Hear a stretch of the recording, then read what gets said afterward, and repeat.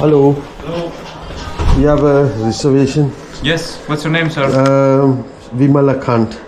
Okay. You have Three rooms. Yes. One room and two apartments. Yes. Okay. Can I park inside? Yes. How many parking places do you have? Three. Okay. Probably one or two of the cars you can put underground. Yes, because we have outside and underground.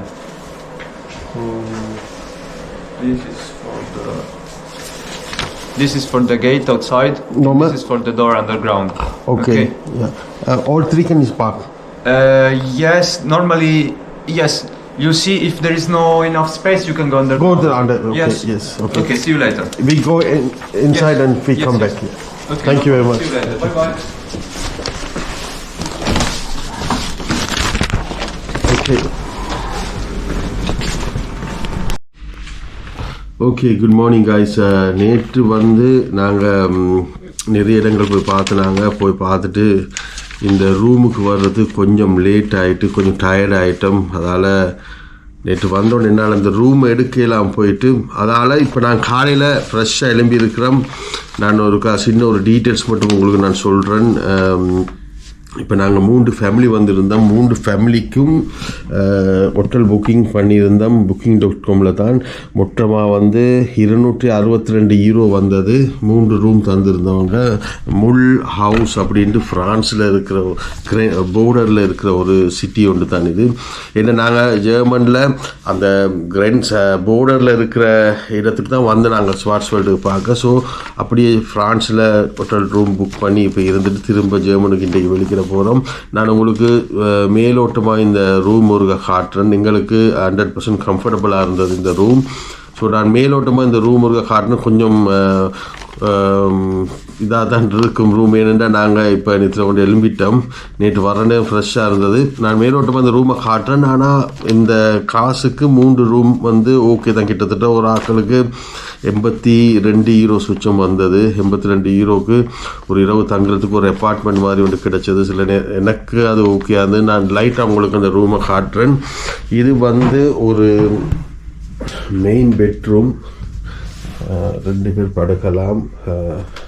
Heater எல்லாம் இருந்தது எக்ஸ்ட்ராவாக. மற்றது ஒரு சின்ன ஒரு window ஒன்று இருக்குது.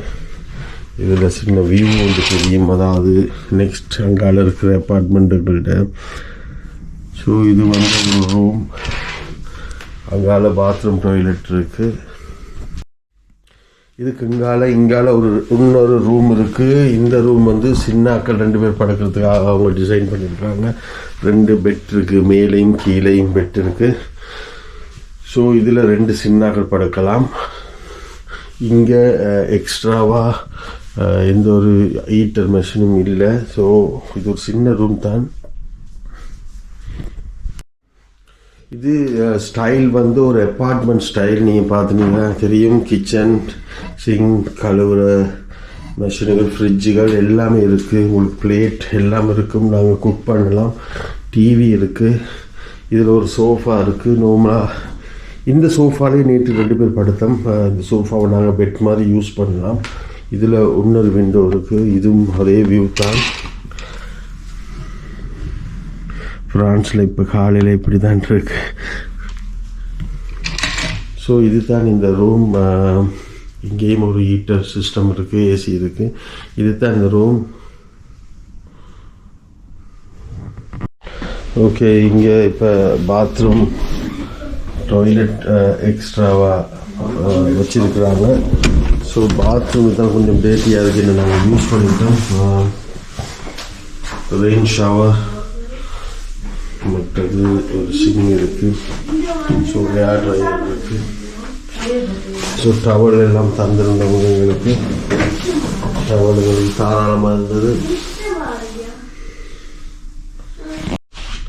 Okay. இன்றைக்கி இந்த ரூமை ஹோட்டலில் விட்டு நாங்கள் வெளியேறுறோம்.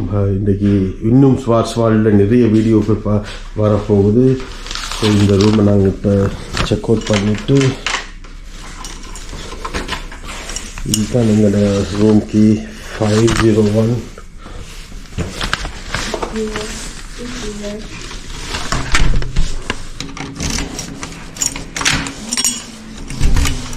ஸோ இதுகள்தான் அந்த அப்பார்ட்மெண்ட் ரூம் இப்படி ஒவ்வொரு அப்பார்ட்மெண்ட்டாக இருக்குது ஃபுல்லாகவே.